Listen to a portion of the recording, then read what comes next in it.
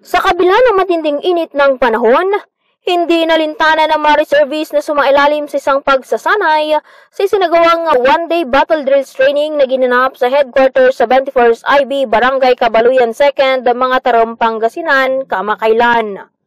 Pinangunahan ni Lieutenant Colonel Benny C. Singka, ang battalion commander ng 71st Infantry Kaibigan Battalion, katuwang ang dating commander ng AFP Reserve Command na ngayon ay Perpetual Health University Consultant for Service, Brigadier General Rolando Rodil, ang nasabing pagsasanay sa 36 na reservist candidates Class 10 Batch 2023 sa pamumuno ni Dr. Ruel A. Crisostomo, School Director at Commander ng 18th Affiliated Medical Training Center, Pangasinan, Perpetual Health College of Pangasinan.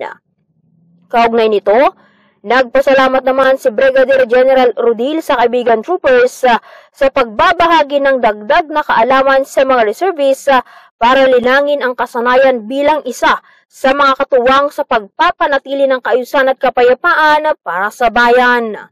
Samantala, pinuri naman ni Lieutenant Colonel Singka ang mga reservists sa paglalaan nila ng oras para matuto na nangangahulugan ng pagkakaroon ng malakas at masigasig na pagnanais na madagdagan ng bagong kaalaman sa kanilang pagsasanay.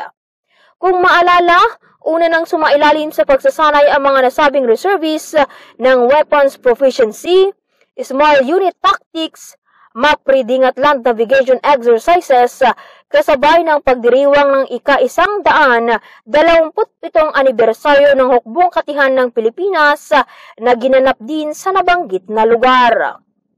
Sa pamamagitan nito, patuloy ang kolaborasyon ng kaibigan troopers at mga reservists upang lalo pang mapagtibay ang ugnayan para sa kaayusan, kapayapaan at kaunlaran sa kanilang lugar na nasasakupan.